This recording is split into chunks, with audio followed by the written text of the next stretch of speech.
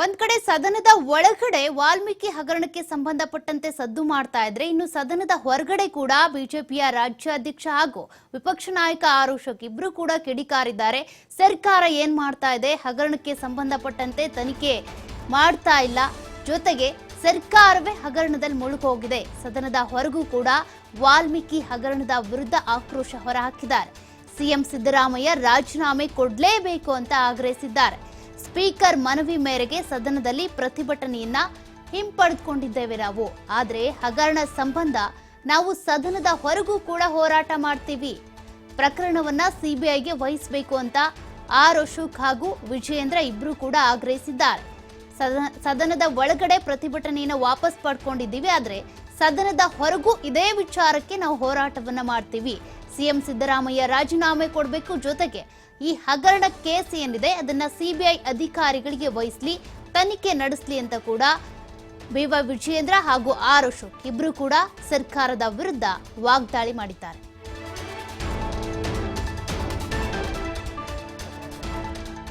ದಲಿತರಿಗೆ ಅನ್ಯಾಯ ಮಾಡದಂಗೆ ಈ ವಿಚಾರನೂ ಕೂಡ ಈಗಾಗಲೇ ನಾವು ನಿಲುವಳಿಯನ್ನ ಕೊಟ್ಟಿದ್ದೀರಿ. ನಿಲುವಳಿ ಚರ್ಚೆಗೂ ಕೂಡ ಸ್ಪೀಕರ್ ಅವರು ಒಪ್ಪಿಗೆಯನ್ನ ಕೊಟ್ಟಿದ್ದಾರೆ. ದಲಿತರ ಹಣ ಟ್ರಾನ್ಸ್ಫರ್ ಆಗಿರೋದ್ರ ಬಗ್ಗೆ ಇವೆಲ್ಲ ಚರ್ಚೆ ಮಾಡಬೇಕಾಗಿರೋದ್ರಿಂದ ನಾವು ಇವತ್ತು ಈ ಹೋರಾಟವನ್ನು ನಿಲ್ಲಿಸಲ್ಲ. ಮುಖ್ಯಮಂತ್ರಿಗಳ ರಾಜೀನಾಮೆ, 187 ಕೋಟಿ ದಲಿತರ ಹಗರಣ ಏನಿದೆ ಇದನ್ನು ಯಾವುದೇ ಕಾರಣಕ್ಕೂ ನಿಲ್ಲಿಸಲ್ಲ.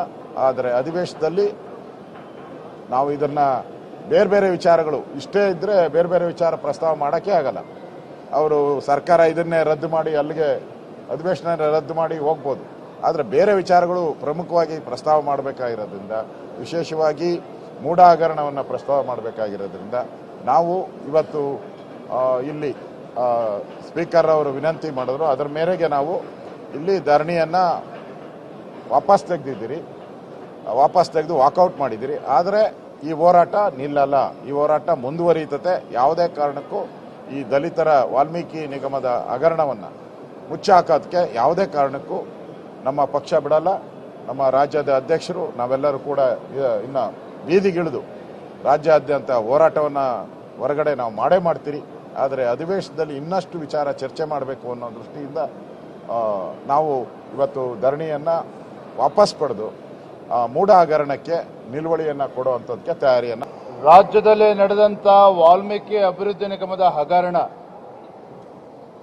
ವಾಲ್ಮೀಕಿ ಅಭಿವೃದ್ಧಿ ನಿಗಮದಲ್ಲಿ ಹಗರಣ ನಡೆದಾಗ 185 ಕೋಟಿಗೂ ಹೆಚ್ಚು ಹಣವನ್ನು ಹೊರ ರಾಜ್ಯ ತೆಲಂಗಾಣಕ್ಕೆ ವರ್ಗಾವಣೆ ಮಾಡಿ ಲೋಕಸಭಾ ಚುನಾವಣೆಯಲ್ಲಿ ಈ ಹಣವನ್ನು ದುರುಪಯೋಗ ಪಡಿಸಿಕೊಂಡು ಈ ಕಾಂಗ್ರೆಸ್ ಸರ್ಕಾರ ರಾಜ್ಯದಲ್ಲಿನ ಪರಿಶಿಷ್ಟ ಪಂಗಡಕ್ಕೇನೋ ಒಂದು ದೊಡ್ಡ ದ್ರೋಹನ ಬಗೆದಿದ್ದಾರೆ, ಅನ್ಯಾಯವನ್ನು ಬಗೆದಿದ್ದಾರೆ. ಈ ಒಂದು ವಿಚಾರವನ್ನು ಇಟ್ಕೊಂಡು ಸದನದ ಒಳಗಡೆ ನಾವು ಭಾರತೀಯ ಜನತಾ ಪಾರ್ಟಿ ಮತ್ತು JDS ಹೋರಾಟವನ್ನು ನಾವು ಮಾಡ್ಕೊಂಡು ಬಂದಿದ್ದೇವೆ. ಮಾನ್ಯ ಮುಖ್ಯಮಂತ್ರಿಗಳು ವಾಲ್ಮೀಕಿ ಅಭಿವೃದ್ಧಿ ನಿಗಮ ಹಗರಣ ಆಗೇ ಇಲ್ಲ ಅಂತೇಳಿ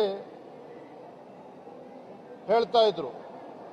ಈಗ ಸಚಿವರಾಗಿದ್ದಂಥ ನಾಗೇಂದ್ರ ರಾಜೀನಾಮೆ ತೆಗೆದುಕೊಂಡಿದ್ದಾರೆ. ಹೌದು, ಹಗರಣ ಆಗಿದೆ, ಹಗರಣ ನಡೆದಿದೆ ನಮ್ಮ ಸರ್ಕಾರದಲ್ಲಿ, ಆದರೆ ಅಧಿಕಾರಿಗಳು ಮಾಡಿದ್ದಾರೆ, ಅದಕ್ಕೂ ಸರ್ಕಾರಕ್ಕೂ ಸಂಬಂಧ ಇಲ್ಲ ಅಂತ ಹೇಳಿದ್ದಾರೆ. ಹಗರಣಕ್ಕೂ ಕಾಂಗ್ರೆಸ್ ಸರ್ಕಾರಕ್ಕೂ ಏನು ಸಂಬಂಧ ಇದೆ ಅನ್ನೋದನ್ನ ನಾನು ಮತ್ತು ನಮ್ಮ ಪ್ರತಿಪಕ್ಷದ ನಾಯಕರು ಸದನದ ಒಳಗಡೆ ಹೊರಗಡೆ ಹಲವಾರು ಬಾರಿ ಹೇಳಿದ್ದೇವೆ, ವಿಷಯವನ್ನು ಮಂಡನೆ ಮಾಡಿದ್ದೇವೆ. ಆದರೆ ಒಂದು ನಮ್ಮ ಮಾಧ್ಯಮದ ಸ್ನೇಹಿತರು ಅರ್ಥ ಮಾಡ್ಕೋಬೇಕು, ಬಹುಶಃ ದೇಶದ ಇತಿಹಾಸದಲ್ಲಿ ಹಿಂದೆಂದೂ ಕೂಡ ಈ ರೀತಿ ಹಗರಣ ಕೇಳಿರಲಿಲ್ಲ. ನಮ್ಮ ರಾಜ್ಯದಲ್ಲಿನ ವಾಲ್ಮೀಕಿ ಅಭಿವೃದ್ಧಿ ನಿಗಮದ ಹಣವನ್ನು ತೆಲಂಗಾಣಕ್ಕೆ ಕಳಿಸಿ 10 ಕಂಪ್ನಿಗಳ ಫೇಕ್ ಕಂಪ್ನಿಗಳ ಹೆಸರಿನಲ್ಲಿ ಬ್ಯಾಂಕ್ ಅಕೌಂಟನ್ನು ತೆರೆದು ಅಲ್ಲಿಗೆ ಹಣವನ್ನು ವರ್ಗಾವಣೆ ಮಾಡಿ ಆ ಬ್ಯಾಂಕಿನ ಖಾತೆಯಿಂದ ನೂರಾರು ಜನರಿಗೆ ಹಣವನ್ನು ವರ್ಗಾವಣೆ ಮಾಡಿ ಅಲ್ಲಿಂದ ಹೆಂಡ ಖರೀದಿ ಮಾಡಿರ್ತಕ್ಕಂಥದ್ದು, ಚುನಾವಣೆ ಬಳಸ್ಕೊಂಡಿರ್ತಕ್ಕಂಥದ್ದು ಜಗಜ್ಜಾಹೀರಾಗಿದೆ. ಮಾನ್ಯ ಮುಖ್ಯಮಂತ್ರಿಗಳು ನಾವು ಮಂಡಿಸಿರ್ತಕ್ಕಂಥ ನಿಲುವಳಿ ಸೂಚನೆ ಮೇಲೆ ಉತ್ತರ ಕೊಡಲಿಲ್ಲ, ಅದು ಬೇರೆ ಪ್ರಶ್ನೆ. ಜಾಹೀರಾತನ್ನು ಕೊಟ್ಟರು. ಉತ್ತರವನ್ನು ಕೊಡ್ತಕ್ಕಂಥ ಸಂದರ್ಭದಲ್ಲಿ ಮಾಧ್ಯಮದ ಮುಂದೆ ಹೇಳ್ತಾ 45 ಕೋಟಿಗೆ ಆಗಲೇ ವಾಪಸ್ ಬಂದಿದೆ ಅಂತೇಳಿ ಮಾನ್ಯ ಮುಖ್ಯಮಂತ್ರಿಗಳು ಹೇಳ್ತಾರೆ. ನಾನು ತಮ್ಮ ಮೂಲಕ ರಾಜ್ಯದ ಮುಖ್ಯಮಂತ್ರಿಗಳು ಕೇಳೋದಕ್ಕೆ ಇಚ್ಛಪಡ್ತೇನೆ, ಕದ್ದ ಮಾಲನ್ನ ವಾಲ್ಮೀಕಿ ಅಭಿವೃದ್ಧಿ ನಿಗಮದಲ್ಲಿ ಏನು ಹಣವನ್ನು ಲೂಟಿ ಮಾಡಿದ್ರಿ, ಹೊರ ರಾಜ್ಯಕ್ಕೆ ತೆಗೆದುಕೊಂಡು ಹೋಗಿ ಲೂಟಿ ಮಾಡಿ ಇವತ್ತು ಲೋಕಸಭಾ ಚುನಾವಣೆ ಬಳಸ್ಕೊಂಡಿದ್ದೀರಿ.